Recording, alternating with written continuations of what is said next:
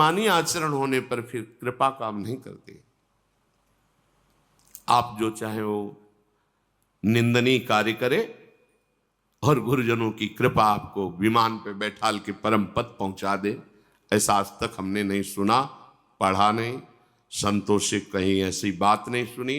हाँ, थे पूर्व में पापाचारी, पर जब से संत समागम किया, आज्ञा पर पूरा जीवन दे दिया, तो जगत बंदनी महात्मा बन गए, ऐसा सुना है, ऐसा पढ़ा है। ऐसा नहीं सुना कि आप उनके समीप रहकर मनमानी आचरण करें और आपको परम पद मिल गया हो, ऐसा नहीं सुना। सिद्धांत नहीं, चाहे जो युग हो, भगवत प्राप्ति का सिद्धांत वही रहता है। हाँ, कुछ कमी बेशियां साधना में हो जाती हैं, पर भगवत प्राप्ति के सिद्धांत में नहीं। थोड़ी भी सिद्धांत की चूक, वो चूक ही होगी, आपके हृदय के आनंद को सुखाने वाली होगी। इस समय जो आपको अवसर मिला है, ये अमोघ है। चूक गए, पता नहीं किस युग में अवसर मिलेगा। 4,32,000 में तो अभी 5,000 के ऊपर कुछ हुआ है। बहुत बड़ा समय इस राजा का है, कलयुग का। और ये कपट, कुटिलता, व्यभिचार, हिंसा, मदिरापान, द्वित कीड़ा, इसका ही उत्साह बढ़ाएगा। इसका राज्य है। अगर बच सकते हो तो एकमात्र समर्थ है जो तुम्हें इस कलिकाल में बचा सकता है, वो भगवान नाम। नाम चल रहा और जो निषेध किया गया वो नहीं करते, बच जाओगे। जो अन्य युगों में भगवत प्राप्ति सहस्त्रों वर्ष की तपस्या से होती थी, कलयुग में नाम संकीर्तन मात्र से हो जाएगी। पर जो निषेध है वो मत करो। हम ये ध्यान नहीं देते, निषेध को उत्साह पूर्वक करते हैं, सोचते हैं अब देखे तुम कृपा कर लो। सिद्धांत नहीं है ना। संत जन परम कृपालु होते हैं। पूज्य भाई जी महाराज से निज जनों ने कहा हाथ जोड़कर कि आप चाहें तो श्री कृष्ण से मिला सकते हैं, ये हमारा विश्वास है। तो उनका भैया, अगर हम अपनी चाह की बात करें तो मेरी चाह यही है कि मैं सबको भगवत प्राप्ति करा दूं, सब सुखी हो जाएं। पर आपकी चाह के बिना श्री कृष्ण नहीं मिलेंगे। मेरी चाह तो है कि सबको भगवत प्राप्ति हो जाए। आप चाह करो, अन्य चाहों को त्याग कर आप चाह करो कि मुझे प्रभु मिल जाएं। आपकी चाह और हमारी चाह जब मिल जाएगी तो बहुत जल्दी भगवत प्राप्ति हो जाएगी। पर आप चाह पैदा करने वाले सत्संग को रोज सुनते हैं, पर अपनी चाह का आप आदर देते हैं, भगवत प्राप्ति की चाह का नहीं। इसलिए कैसे कैसे संभाल सकते हैं, कैसे सुधार हो सकता है? आप इसे एक सांसारिक मनोरंजन समझते हैं। कैसे ऐसा हो सकता है? आप 4 बजे आके सत्संग में बैठते हैं, ये सांसारिक मनोरंजन कैसे हो सकता है? अगर आप इसे मनोरंजन नहीं समझते तो आप इसको धारण क्यों नहीं करते? दोनों बातें। अगर आप इसे सत्य समझते हैं, सौभाग्य समझते हैं, तो आप धारण क्यों नहीं करते? और अगर धारण करते तो आपकी दुर्दशा नहीं होती। ये जो मन आपको वासनाओं में फंसा करके आपकी दुर्दशा करता है, ये नहीं कर सकता। बिना ही प्रयास होई भवभंगा। आपको प्रयास नहीं करना पड़ेगा। अगर सत्संग मिल रहा है तो बिना ही प्रयास होई भवभंगा। बिना अनुभव के थोड़ी लिखा गया ये अनुभव। बड़े बड़े व्रत से, नियमों से, तीर्थयाटन से, वेदाध्ययन से, धर्म कर्म से जो बात नहीं बनती वो सत्संग से बन जाती है। आपको सत्संग मिल रहा है, परिवर्तन नहीं, फिर हमारी बात समझ में नहीं आती।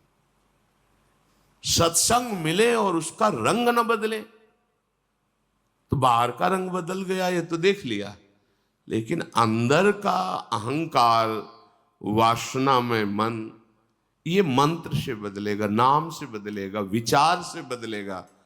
आप लगते नहीं। सहज में साक्षात्कार कराने की सामर्थ्य श्रीमद चतुराशी जी में है। निरखै जुगल किशोर, ध्यान में नहीं, ऐसे खुले नेत्र। कितने मिनट लगता है, कितना बड़ा लाभ। अगर आप रफ्तार से गायन करें तो 45 मिनट, थोड़ा मन घंटा सवा घंटा, राग पूर्वक गान करें 1.25 घंटा। 24 घंटे में एक बार चतुराशी जी कर ली तो 84 लाख योनियों में जो जाने का कर्म बंधन था वो नष्ट हो गया। छुटी 84 भ्रमंते। ये सब ऐसे महापुरुषों के वचन है कि भगवान अपना प्रण भूल सकते हैं, लेकिन इन प्रेम सिद्ध महापुरुषों के वचन नहीं। भीष्म जी के वचन के लिए अपने प्रण को तोड़ दिया। फिर ये तो महाप्रेमी जन है जो प्रियालाल की सहचरी भावना में सिद्ध होकर 8 पहर सेवा में है।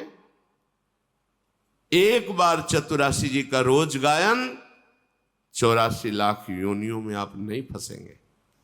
छुटी 84 भ्रमंते, निरखै जुगल किशोर। निरखै जुगल किशोर, भोर और रैन न जाने, कब रात गई कब दिन गया इसका भी होश नहीं। तो फिर भोगों का चिंतन कैसे होगा, भ्रष्टाचरण कैसे होंगे। निरखै जुगल किशोर, सामने जुगल किशोर हैं तो हमारा विषय चिंतन बनेगा क्या? जब सामने विषय है तब उसका चिंतन हो रहा है। कितनी बड़ी सिद्ध वस्तु है।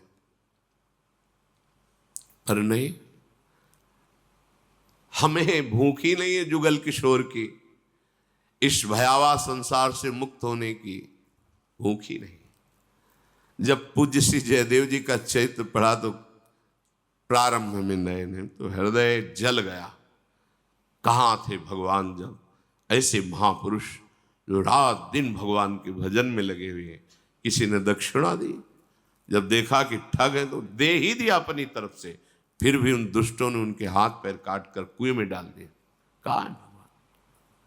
एक बार पूछा गुरुदेव भगवान से कि कुछ ऐसे चरित्र हैं जो सुनने के बाद हृदय हमारा जलता है और लगता है भगवान ऐसा क्यों किए, क्यों किए, क्या प्रारब्ध जब आपकी शरण में है, क्या?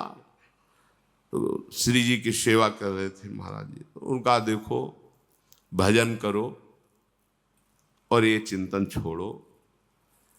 भगवान लीला बिहारी हैं, वो लीला करते रहते हैं अपने आप से अपने आप में। उनकी क्या लीला किस समय कैसे हो रही बड़े बड़े महात्मा नहीं जान पाए। तो भजन करो तुम, भजन, यही उत्तर मिला था हमें। भजन करो, बस शांति से भजन करो, ये चिंतन ही मत करो। हमें नहीं, बड़े बड़े महापुरुषों के चरित्रों को पढ़ने पर बड़े बड़ों को हुआ। ऐसा क्यों हुआ? अपने गुरु की रक्षा के लिए जा रहे हैं, दोनों आंखें निकाल ली गई, दो महापुरुषों की। रामानुजाचार्य चरित्र में पढ़ा, आंखें निकाल ली गई। एक नास्तिक को भगवत मार्ग का अनुसरण करने के लिए कृपा कर दी। वो घर बुलाता है, उसकी पत्नी खोलता हुआ पानी पूरे शरीर में, पूरा शरीर जल गया। तुकाराम जी का पूरा, विठ्ठल विठ्ठल विठ्ठल, बहुत ताप हो रहा है प्रभु, ऐसे वचन वाणी उनकी पड़ी, बहुत ताप हो रहा है प्रभु। ये क्या है? हम भगवान से पूछते थे क्या है, कई बार हृदय में उनसे, ये क्या है, क्या अपराध बकाया है इनका? एक श्वास भी तो खाली नहीं जाती आपसे, फिर ऐसा क्यों इन महापुरुषों को दुख, क्यों बाहरी प्रहार, क्यों बाहरी यातना इनको? इसका कोई उत्तर नहीं है सही माने में, क्योंकि वो अपने आप से अपने आप में खेलते रहते हैं। उनका हरि तेरी गति लख न परे, करी गोपाल की होए। वो क्या खेलते हैं कि सरस्वती की भी बुद्धि में नहीं आता, अपने लोग तो बहुत छोटे हैं।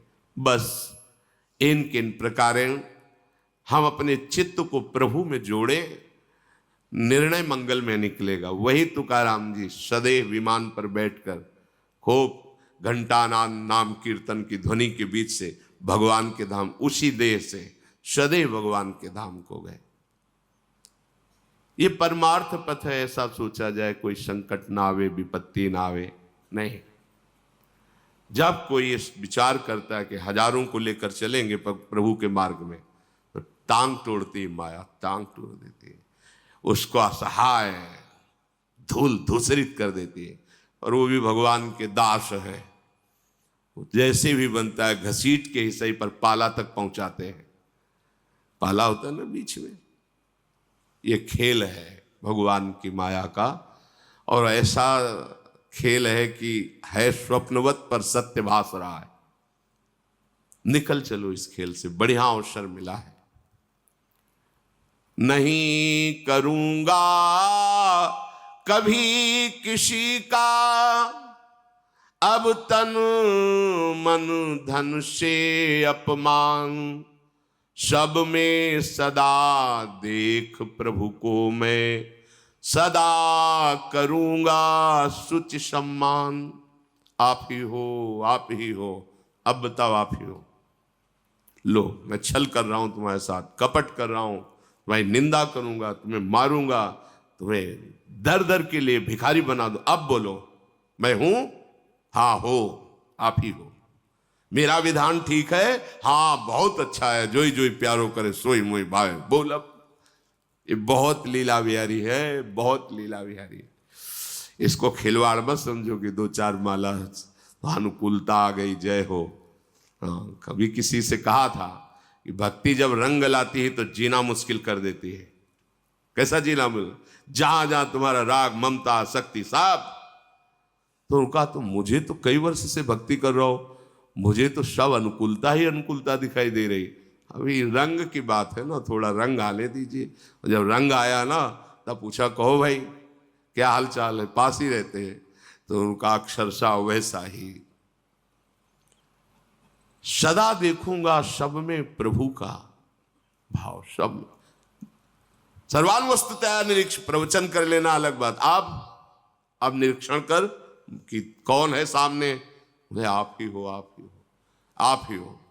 सही उत्तर। साल भर पढ़ाई की है, फेल होने जा रहा है, होश में आप ही हो। जय हो नाथ, जय हो नाथ, आपकी जय हो। ये है कैसे कैसे कर। बड़ा विचित्र खेल है भगवत प्राप्ति, बहुत विचित्र खेल।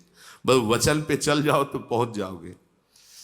शरीर से, मन से, बाह्य से, हर जगह से वही। अब निकल निकल, जय हो आपकी। कदम आगे, कुछ नहीं है, ड्रामा है माया का, कुछ नहीं। दिव्य सच्चिदानंदमय देह, दिव्य सच्चिदानंदमय देश, दिव्य सच्चिदानंदमय आनंद आगे रखा हुआ है।